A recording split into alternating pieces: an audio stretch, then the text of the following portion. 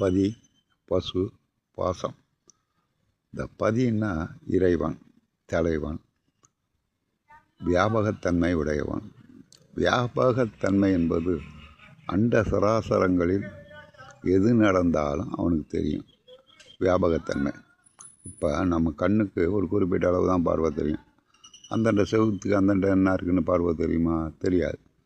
இந்த வியாபகத்தன்மை என்பது கடவுளுக்கு உலகத்தில் எது எங்கு நடந்தாலும் தெரியும். அதான் வியாபகத்தன்மை.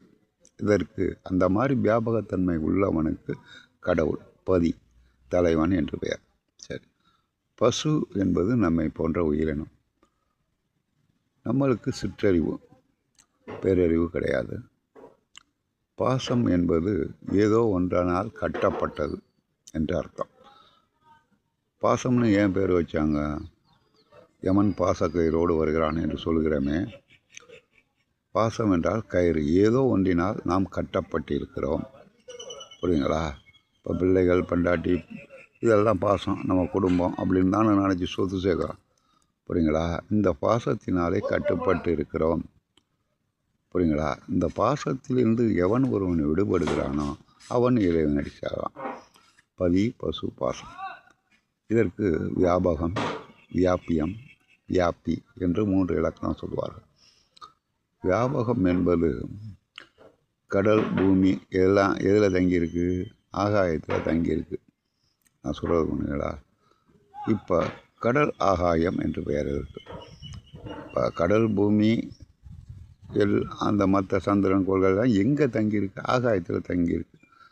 இதற்கு வியாபகம் என்று பெயர். இப்போது கடல், தண்ணீர், பூமி இதெல்லாம் வியாபியம்னு பேர். எப்படின்னா கடல் தண்ணீர் பூமிகளில் தான் இருக்கும். அது மேலே தானாக கலண்டி போகாது. அந்த கடல் தண்ணீர்களை கரைந்திருக்கிற உப்பு, மலம், அழுக்கு, பாசம் இதெல்லாம் சொல்கிறது. அதான் பதி, பசு, பாசம். இந்த பாசத்தினாலே, இந்த உப்புனாலே கரைந்து கடலை விட்டு வெளியில் போக முடியாது. கடலுக்குள்ளேயே தான் இருக்கும்.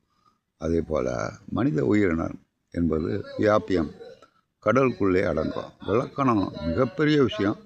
இன்று இரவு இதனுடைய முழுமையான விளக்கம், பசுபதி, பாசம் என்ன, அதுக்கு வியாபகம், வியாபியம், வியாபி என்ன ஞானிகள், சித்தாந்த ஞானிகள் கொடுக்கிறார்கள் என்பதை விரிவாக 8 மணிக்கு லைப்ரரியில் பார்க்கலாம். நன்றி மாணவர்களே.